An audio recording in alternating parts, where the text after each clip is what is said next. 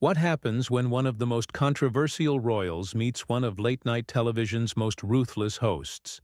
You won't believe what unfolds when Prince Harry sits down with Stephen Colbert for what was supposed to be a routine promotional interview. The explosive confrontation that erupted last night has left Hollywood reeling, social media in chaos, and viewers questioning everything they thought they knew about both men. Before we get into this incredible story, make sure you hit that subscribe button and drop a comment below, because you're not going to believe what unfolds when these two titans clash in the most dramatic late-night television moment in recent memory. The Late Show's studio buzzed with its usual pre-show energy as crew members made final adjustments to the lighting and sound equipment. Prince Harry had arrived earlier that evening, looking composed in his tailored navy suit, ready to promote his latest charitable initiative. What nobody in that studio could have predicted was that within the next hour, this seemingly routine celebrity interview would devolve into one of the most shocking confrontations in late-night television history. As the cameras rolled and the familiar theme music faded, Stephen Colbert delivered his opening monologue with his characteristic blend of sharp wit and political commentary.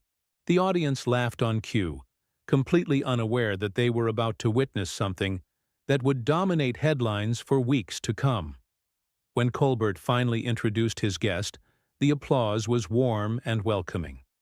Prince Harry emerged from backstage with that practiced royal wave, settling into the guest chair with the confidence of someone who had navigated countless interviews before. "Your Royal Highness," Colbert began with an exaggerated bow that drew chuckles from the audience. "Welcome back to the show. Though I have to say, calling you Your Royal Highness feels a bit odd given your current, shall we say, complicated relationship with the institution." Harry's smile tightened almost imperceptibly, but he maintained his composure. "Well, Stephen, I think we both know that titles are just words. What matters is the work we're doing, and the impact we're making." "Right. The work," Colbert replied, his tone already carrying an edge that regular viewers would recognize as a warning sign. "Speaking of work, I'm curious about this new initiative of yours. Mental health awareness is certainly important, but some critics have suggested that you and Meghan have turned personal trauma into a rather lucrative business venture. Care to comment on that?" The question hung in the air like a loaded weapon. Harry's jaw clenched slightly, and for a moment, the practiced media training seemed to falter. "I think those critics," he said carefully, "fundamentally misunderstand what we're trying to accomplish. This isn't about money, Stephen. It's about helping people who are struggling with the same issues we've faced." Of course," Colbert nodded with mock understanding. "But let's be honest here, Harry. You've signed multi-million-dollar deals with Netflix and Spotify. You've written a best-selling memoir that exposed intimate family details, and now you're launching another venture. At what point does helping people start to look like helping yourself?" The audience grew noticeably quieter, sensing the shift in atmosphere. Harry leaned forward slightly, his media-trained composure beginning to crack. "I find it interesting, Stephen, that you question my motives when you've built your entire career on making jokes about other people's pain and suffering. At least I'm trying to make a positive difference." Colbert's eyebrows shot up, and a dangerous smile played at the corners of his mouth. This was exactly the kind of pushback he thrived on, the moment when his guests revealed their true nature, under pressure. "Oh, that's rich coming from someone who spent years complaining about media intrusion while simultaneously courting that same media at every opportunity. You can't have it both ways, Your Highness." The tension in the studio was now palpable. Camera operators adjusted their positions, sensing that they were capturing something extraordinary.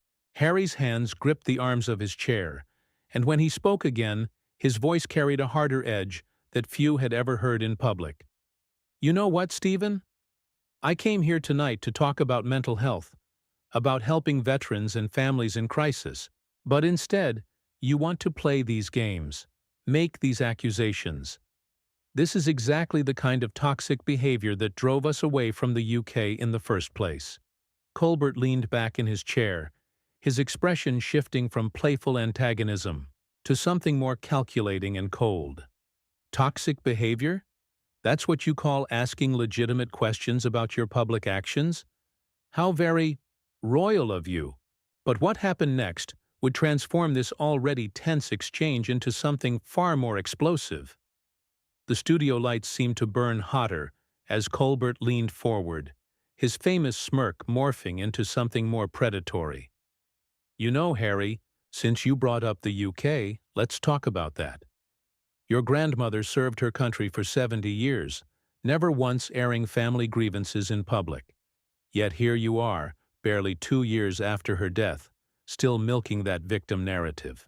How do you think she'd feel about you turning the royal family into your personal cash cow? The audience gasped audibly. Even by Colbert's standards, this was brutal territory. Harry's face flushed red, and for the first time since sitting down, his royal composure completely shattered. "Don't you dare," he said, his voice low and dangerous. "Don't you dare bring my grandmother into this. You didn't know her. You have no right to speak about what she would or wouldn't think." But Colbert wasn't backing down. If anything, he seemed energized by Harry's reaction, like a shark sensing blood in the water. "Oh, but I think I do have that right, Your Highness. See, unlike you, I don't hide behind palace walls when I have something to say. Your grandmother represented duty, service, keeping private matters private. You represent the exact opposite of everything she stood for." The words hit Harry like physical blows. His hands were trembling now, and when he spoke, his voice carried decades of suppressed anger and pain. "You want to talk about duty and service? Let's talk about it. I served 2 tours in Afghanistan, while you were here making jokes about politicians. I've dedicated my life to helping wounded veterans, to causes that actually matter. What have you done besides tear people down for entertainment?" Colbert's laugh was cold and mocking. "What have I done? I've held powerful people accountable. I've asked the hard questions that others are too polite or too scared to ask. Like right now, I'm asking why a man who claims to want privacy has spent the last 3 years doing nothing but seeking attention. I'm asking why someone who talks about mental health seems so comfortable destroying his own family's mental well-being." The studio fell into an eerie silence. Even the camera operators seemed frozen, unsure whether they should keep rolling or intervene. Harry stood up abruptly, towering over Colbert's desk, his entire body radiating barely contained fury. "You think this is holding me accountable? This is harassment. This is exactly the kind of predatory behavior that killed my mother." The mention of Princess Diana sent shockwaves through the room. Colbert's eyes widened for just a moment, but instead of backing down, he doubled down with ruthless precision. "Your mother? Really? You're going to hide behind that tragedy too? How convenient that every time someone challenges you, out comes the Diana card. She died in a car accident, Harry, not from media criticism. But you've spent your entire adult life using her death as a shield against any legitimate scrutiny." What happened next stunned everyone in the studio. Harry's face went completely white, then flushed crimson with rage. His voice, when it came, was barely controlled. "How dare you minimize what happened to her? How dare you sit there in your comfortable chair, making millions off other people's misery, and tell me how I should grieve my mother?" Colbert straightened in his chair, his expression shifting to something even more calculating. "I'm not telling you how to grieve, Harry. I'm telling you to stop using that grief as a weapon against anyone who dares to question your choices. Your mother faced real persecution from the media, real invasion of privacy. You court that same media every chance you get, then cry victim when they don't write exactly what you want them to write." The audience was completely silent now, some covering their mouths in shock at what they were witnessing. This had gone far beyond a typical celebrity interview gone wrong.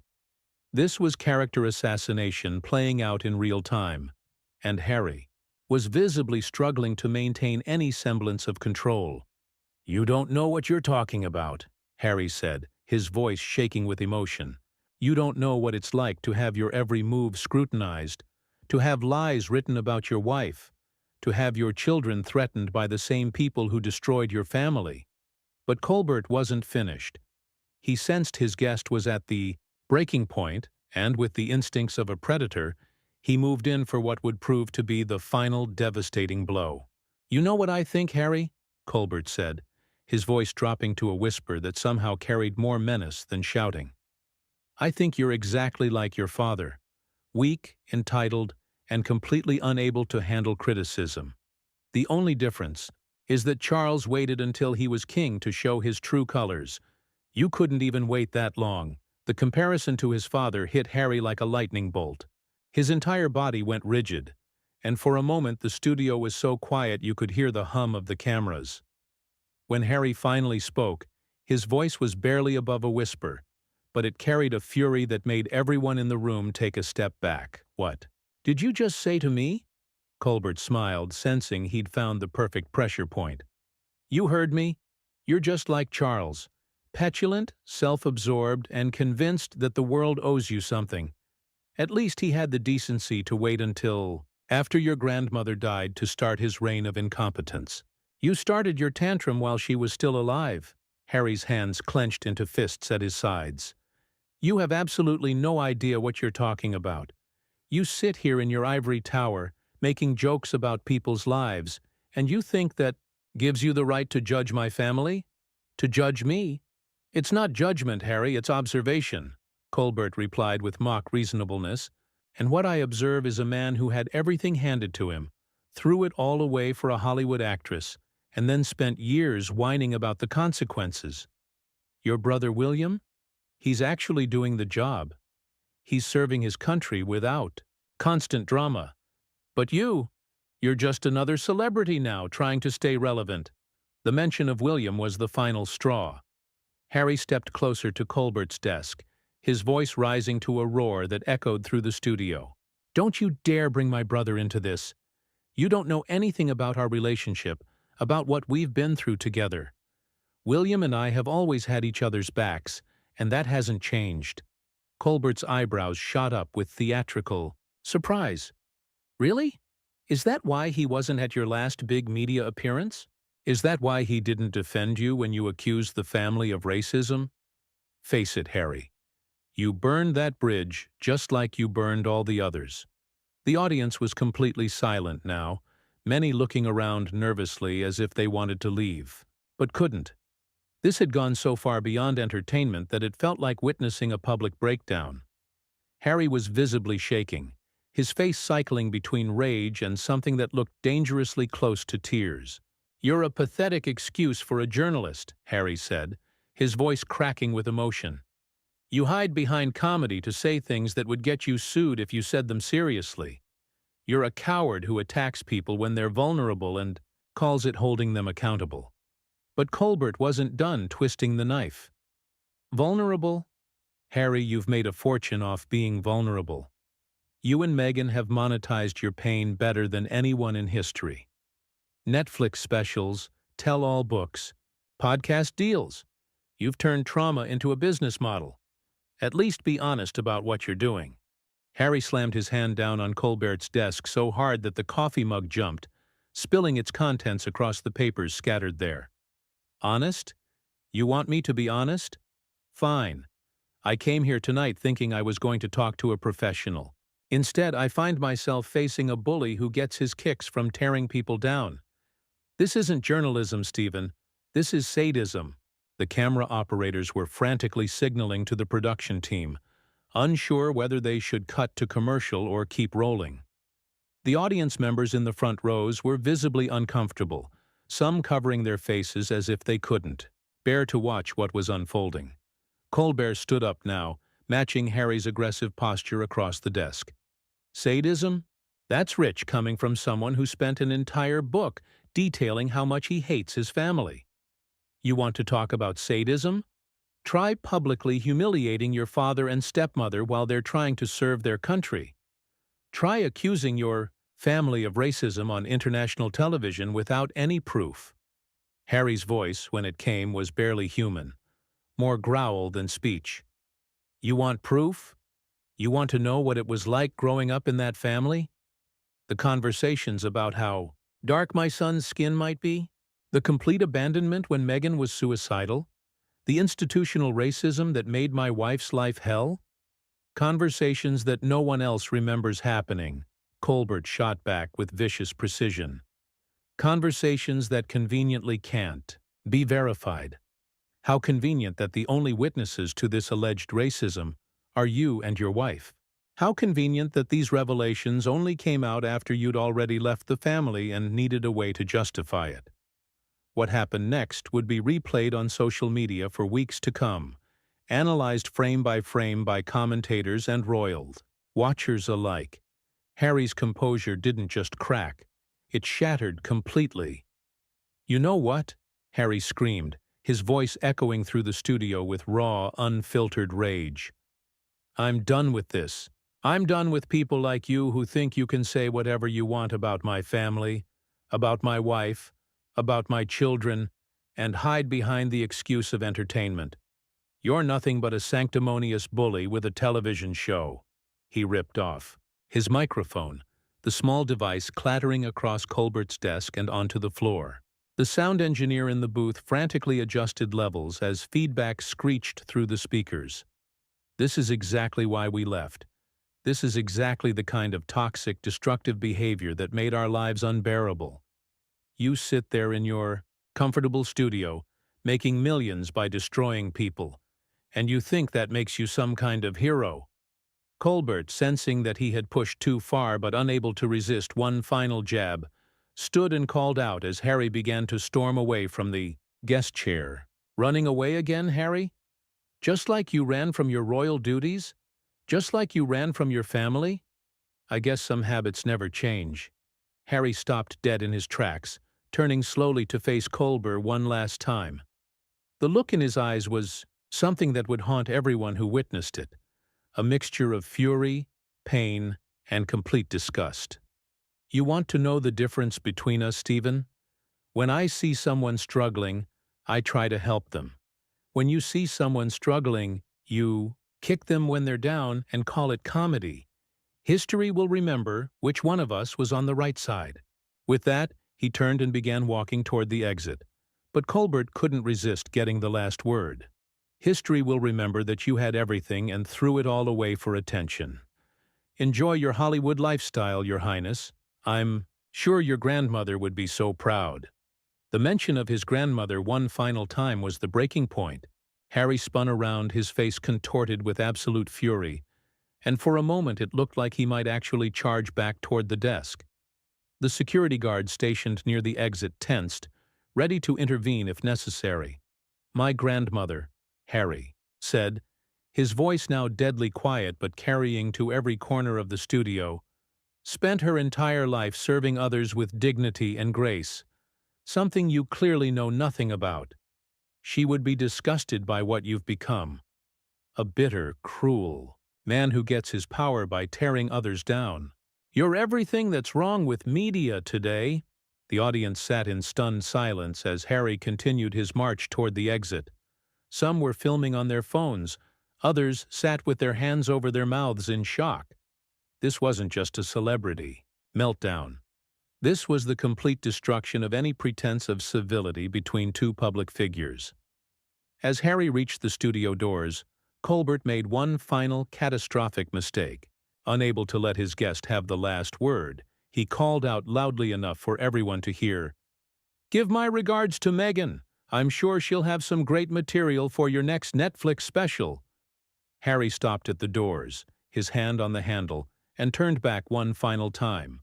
When he spoke, his voice was calm, but carried a promise that sent chills through everyone present. "You just made the biggest mistake of your career, Stephen. This conversation isn't over." The studio doors slammed shut with a sound that seemed to echo forever. For several long moments, nobody moved. The audience didn't know whether to applaud, boo, or simply sit in the uncomfortable silence that had descended over the room. Colbert stood behind his desk, still trying to maintain his smug smile, but even he seemed shaken by the intensity of what had just occurred. The cameras kept rolling as producers frantically tried to figure out how to salvage what was left of the show. Colbert attempted to make light of the situation, cracking a few weak jokes about royal tantrums and Hollywood drama, but his usual confidence was clearly rattled. The audience's laughter was forced and uncomfortable, and several people could be seen gathering their belongings and heading for the exits.